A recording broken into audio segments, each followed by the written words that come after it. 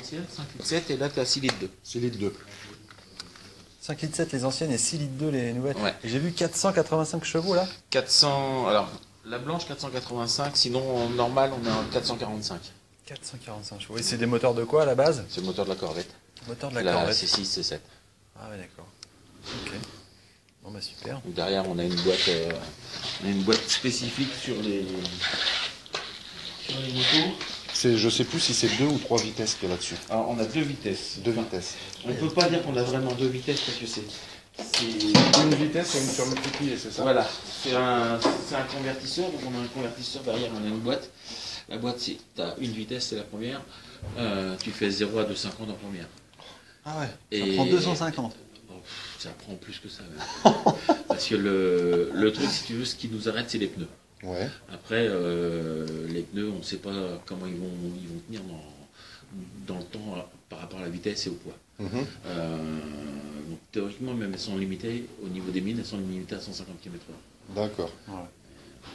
Et t'es à combien de tours minute quand genre t'es à... Ah bah tu montes à... Tu vas à 4005, 5000 quoi. Ouais, c'est vraiment du gros, Ah oui, c'est gros du bloc gros qui bloc, tourne c'est du gros bloc, tranquille. ouais. Donc quand tu dis Et convertisseur, après- c'est le même principe qu'une boîte auto en fin de compte? Ou pas? Non, parce que la boîte auto, tu as des vitesses. C'est Ouais. comme un overdrive alors. C'est... Alors, le convertisseur, c'est... Ton moteur tourne, Ouais. il fait tourner le convertisseur et l'huile à l'intérieur du convertisseur se met en action. Mhm. Et ton huile entraîne la boîte. D'accord. Et c'est la vitesse de rotation de l'huile Qui va donner qui la va donner la démultiplication finale. démultiplication. Ah ouais, d'accord. C'est un drôle de... Donc Waouh. tu as une souplesse extrême parce que l'huile c'est hyper souple, quoi. Tu mets un filet et puis après tu ouvres et tu as le couple, tu as tout qui arrive et puis ça monte tout doucement, enfin tout doucement. Tu fais 5 secondes 8 à 0 à 200. Ah ouais, d'accord. Mais si tu fais du progressif, c'est hyper souple, quoi. T'as pas de secousse, t'as rien du tout. Tu fais 0 à 200, t'as pas changé de vitesse, quoi. T'es toujours sur la même vitesse, t'es sur ta première et hop, ça part et Comme un réacteur. oh, ça monte. Ça monte, doit ça être monte, quelque ça chose monte. de Voilà, comme un réacteur. fabuleux. Et après, Ouais. à partir de, on va dire 90 km/h en stabilisé, tu peux passer ta 2. Et là, on va dire que tu es à 90, tu es à 3500 tours. Tu passes ta 2 et là, tu redescends à 1000 tours, quoi. Ah ouais, d'accord. Ah, ça doit ronronner. Donc à 160, tu es à 2500 tours, quoi. Ah ouais, d'accord. Ça roule. Et donc, est-ce que c'est toi qui dois t'occuper de l'homologation ou telles qu'elles arrivent, t'arrives? Non, on a un CE. Mhm. On a un CE, donc on n'a pas besoin d'homologation. Alors celle-ci, c'est la première qui a été homologuée en France. Ouais. Et le trike, c'est pareil, c'est le premier, celui qui est en face là-bas, Mhm. c'est le premier qui a été homologué en France aussi. Et avec ces homologations-là, on a le CEC, et toutes les motos qui arrivent elles sont homologuées. Donc on importe les motos, on les commande en Allemagne. Mhm. La commande est passée aux L'importateur États-Unis. principal, il est là-bas en Allemagne. L'importateur européen est en Allemagne. En Allemagne. Donc on passe la commande en Allemagne, et quand elles arrivent en Allemagne, on peut les recevoir en peinture ou brute. D'accord. Alors il y a des clients, ils en veulent une noire, une blanche ou autre, bon, on peut De ce l'avoir. fait-là, tu as un Mais peintre attitré après- qui peut faire les. Voilà, après réalisations on a des gars qui font les peintures. D'accord. On a même des peintures, le peintre il fait de la peinture phosphorescente, luminescente. C'est-à-dire que tu branches un courant dans ta peinture et tu éclaires ta peinture. Ah ouais, d'accord. Tu peux faire des motifs éclairés et tout. Ah ouais, génial. Bon, après là, tu passes sur des prix Ouais, assez ouais. forts, quoi, mais tu peux vraiment délirer. Ah, c'est comme les numéros des motos 24 heures du Mans, là, maintenant ils sont... Luminescents. des voitures, Ouais. là, ouais, ils sont Ouais. luminescents, Oui, ouais. mais ça, ouais. Ça doit être la même. Alors, sur les plaques numéro, c'est un film plastique avec à l'intérieur un courant, Mhm. enfin un éclairage, et tu branches sur le courant de la voiture. Ok, d'accord. Et c'est pas la même chose que la peinture. Ah d'accord. C'est du film. C'est du film. D'accord. Très bien. Ok, bon, bah, je vais enchaîner sur des questions. Donc, alors si tu nous présentes rapidement ta société, la société APL, voilà. APL, j'ai créé APL en 99 pour répondre à tout ce qui était laissé en charge au niveau des nouvelles normes. Donc on avait des remises en conformité de tout ce qui était matériel de levage. Donc on loue des poids, des masses, pour faire les essais en charge de tout ce qui est matériel de levage et de transport de personnes. Donc ça va de l'escalier mécanique dans le métro, on va mettre des poids de 20 kg sur les marches pour représenter les personnes, lancer l'appareil et tester le frein. Donc à la RATP, il y a une norme, on doit s'arrêter entre 1 mètre et 1 mètre 20. Donc quand tu es sur l'escalier, s'il s'arrête tout de suite, bah, tu tombes. S'il est trop long à s'arrêter, bah, s'il y a une marche de cassé, tu peux te faire passer par la marche. Donc il y a une norme, c'est entre 1 mètre et 1 mètre 20. Après, il y a tous les matériaux de transport, manutention, chariot élévateur, les grues, les haillons. On a les étiquettes là sur les côtés des appareils, il faut que ça corresponde. Faut que ça corresponde. Donc on fait un chariot de 2 tonnes, tu dois faire un essai à 2 tonnes. Ça, c'est tous les 6 mois. Ah oui, et après, il y a c'est comme un contrôle technique. C'est un contrôle technique au niveau du travail. Donc ici, on a un peu plus de 200 tonnes. Et on est à 10 à tourner avec des camions-rues ou des smirmorques. Tu as 10 employés ici là, qui travaillent sur le site. 10 avec moi. 10 avec toi, d'accord, ok. Là, ce matin, par exemple, ils sont partis. Dans ton secteur, dans l'île de France, on est 3, vraiment, on va dire 3. Sur toute l'île de France. Sur toute l'île de France, ouais. Après, il y en a qui viennent un peu de l'extérieur. Mais bon, aujourd'hui, on est 3, on est vraiment 2 à tenir le marché, quoi. Donc je suppose que toi, tu es plus moto custom que moto sportive comme le Geco, je suppose.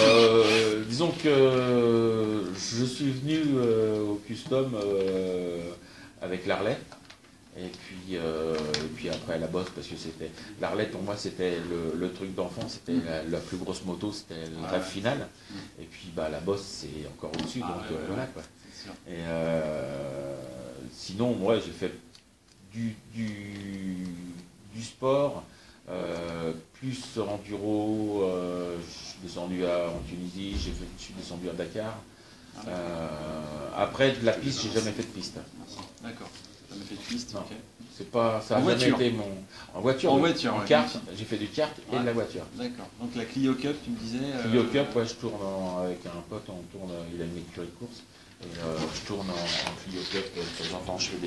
On fait des manches du championnat, c'est le TTE, c'est Trophée Touriste Endurance. Ah d'accord, ok. Donc on a changé vous passez le volant pour prendre les courses. On a 4 heures de course et on 2 ou 3 pilotes. Ça dépend. Ah d'accord, ok. Très bien, super.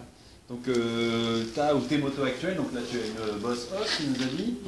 Et puis, t'as pas d'autre après pour rouler au quotidien plus. Rouler, j'ai une Harley. T'as une Harley. J'ai un Street Glide. Après, en vieille, j'ai un 450 Doc de 72. Ok. Et puis là, je suis en train de m'en faire construire une. Là, ah d'accord. Un petit truc un peu fou. D'accord. Chez un préparateur, donc. Ouais, au Stet, ouais. Ah, au Stet, d'accord. C'est un truc. Un petit délire. Parce que j'ai un ami qui fait ça, Chris Custom Chris, lui il est sur Lyon. Ça me dit quelque chose ça, ouais. C'est un pote, on était au collège ensemble dans la région sud parisienne. D'accord. Et même la poubelle, elle mérite sa photo.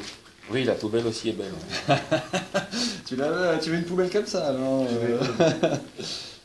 Donc, on va regarder un petit peu ton projet, parce que moi ça m'intéresse. C'est une moto sur mesure. T'arriveras à tout retenir, on n'a rien pris pour prendre des notes. Je suis en train d'enregistrer. Bien vu. Ça enregistre depuis tout à l'heure. Normalement, si ça n'a pas coupé. Ah oui, d'accord, donc c'est plutôt un café racer un petit peu. C'est style café racer, ouais. Avec un cadre de GSXR, Airwheel. Tu l'avais mis en photo sur le... Là, c'est un H2. Ah ouais, d'accord. Un 750 H2, monté sur un cadre de GSXR, fourche Ducati et monobras Ducati. D'accord. Donc là, celle-là, en monobras, le plein. Sur la mienne, j'aurai le tubulaire. D'accord. Super. Et on pourra la récupérer la photo pour. Si ça, il n'y a pas de souci. Parce que comme on fait un petit reportage photo, ça serait sympa d'avoir. Je dois pouvoir la retrouver. Donc alors maintenant on va en venir au projet Geco. Alors comment tu as connu le projet? Geco, j'ai connu Geco avec Étienne. D'accord, ouais. On a fait le salon il y a 2 ans. au mondial. Ouais, donc il y avait en décembre 2013. Ouais. Donc Étienne est venu voir les motos, et tout, puis après on était voir. Puis voilà, c'est parti comme ça. Je dis tiens, un jour, j'irai jouer. D'accord, ok, super. Ensuite, alors qu'est-ce qui t'a motivé à devenir partenaire de cette moto? Parce que je trouve qu'en France, il n'y a personne qui bouge. Et voir quelqu'un qui essaye de sortir un peu, entre parenthèses, les doigts, comme on dit, c'est sympa, quoi. Tu vois, pour monter ici, j'ai demandé un crédit pour acheter des bécanes, on m'a refusé le crédit, quoi. Bon, c'est tout, je l'ai fait tout seul. Voilà. Donc aujourd'hui, pour bouger en France, c'est une misère, quoi. Donc les gens qui font des choses un peu sympas, je sais pas si tu connais Raspo. Concept, Raspo Concept, Pascal. C'est un mec qui fait des prépas. Il avait 12 mecs, il a tout dégagé et puis il bosse tout seul. Parce que ça devient infernal, quoi. Ça devient infernal. Ouais, c'est dur. Ah mais c'est sûr, voilà, donc c'est vrai que nous on est obligé de monter une asso, de toute façon. Oui, voilà, tout le monde s'y est mis et puis voilà, maintenant la moto. Je faisais à une époque, après avoir fait du kart, j'ai fait 4 saisons de kart. Après j'ai fait des saisons de championnat de France des rallyes tout terrain. Ouais. Et j'organisais un rallye, c'était le Jean Lafontaine. Donc c'est pareil, on était hors de la sauce pour arriver à faire quelque chose. Ah ouais, c'est sûr. Ah, parce que de toute façon, nous, pour démarrer, voilà, il y avait que cette solution-là, parce qu'une société, c'était pas envisageable, il y avait que cette solution. Alors, ensuite, qu'est-ce qui te plaît dans ce projet au niveau, alors ça serait plutôt au niveau sécuritaire, compétition, au niveau un peu prise de risque ou l'originalité du projet? Ouais, c'est l'originalité du projet, c'est une moto, c'est une fourche et puis basta, quoi. Ouais. Donc là, on sort du classique, quoi. Et moi j'aime bien sortir du cercle. Je travaille sur mon APL, c'est une boîte qui vogue sur une niche. Ça c'est pareil, c'est une niche. Et j'aime bien les secteurs de niche parce qu'on y retrouve des gens passionnés et anticonformistes. Ouais, c'est sûr, c'est vrai. Là c'est pareil, faire un magasin de moto, un truc comme ça, sortir un truc comme ça. Et ceux qui viennent, oui. C'est vrai, on est on est dans une zone industrielle. C'est un délire, quoi. Il y a une zone d'activité un peu à côté. C'est la Sénia, de l'autre côté c'est Rungis. De l'autre côté de la route c'est Rungis. Rungis en plus, c'est centre Rungis, les mines. Et donc, comptes-tu utiliser, à court ou moyen terme, l'image de la moto pour communiquer pour ton entreprise, alors que ce soit cette boutique ou plutôt... Géco, oui, pour APL, oui. Donc tu pourrais communiquer ça à tes clients en disant complètement. des partenaires. Et puis, je vais même voir pour mettre, donc là sur American Back, on va mettre le lien du Géco. Chez APL c'est pareil, on va mettre le lien sur du Géco sur internet. Parce qu'on a fait, il y a un partenaire qui a fêté son anniversaire en fait en faisant venir le Géco. Tu as suivi un petit peu Aspen, donc ça c'était pour nous et pour eux c'était pas mal parce que ça a fait venir des gens qui. Deltoise qui est décédé 3 mois après malheureusement, mais c'était une dernière rencontre, c'est vrai que c'était intéressant. Donc voilà, c'est pour savoir si tu étais intéressé par. Non, oui, ça. Même à la limite, je sais pas, je pense que fin mars on fera une inauguration. Si la moto est dans les parages, pourquoi pas? D'accord, ça peut se faire. Ça peut se faire. C'est bon, le jour où je vais faire l'inauguration, il y aura du monde, plus de 200 personnes quand même. Puis bon, il y a des journalistes qui vont venir. D'accord. J'ai pas mal de journalistes qui viendront sur les motos, sur les journaux comme Wild et tout ça, mais Motojournal aussi, Clever, Sébastien, vous devez connaître Virieux. Oui, Puis, c'est pareil, il a prévu. D'accord. Donc, c'est bien si la moto peut venir. Si vous avez la moto est disponible, oui, il n'y a pas de problème. Alors en courant de mars, fin mars, dans ces eaux-là. Fin mars, c'est les essais près Le Mans. Donc nous on devrait caler normalement, on devrait être vers le Vigan, donc je sais pas, on devait faire ça au circuit de la Ferté-Gaucher, enfin on avait proposé ça, et Pépé a dit la Ferté-Gaucher ça ne nous arrange pas parce qu'on commencera sur le Vigan. Donc est-ce qu'il y aura moyen de venir ici en région, je sais pas. On fait ça un samedi. Faudra, ouais. Après voilà quoi, oui. Ouais, écoute, si c'est faisable, ouais, il faudra qu'on voit ça. Hein. Le nerf de la guerre c'est toujours les finances. Ouais, c'est ça, ouais, oui, c'est le faire venir faire venir la moto, loger Eric et le mécano parce que le seul qui fait le chauffeur de l'aventure, c'est le mécano. Ah ouais, c'est lui qui fait le chauffeur, il fait la mécanique, multitâche. Voilà, c'est ça. Voilà.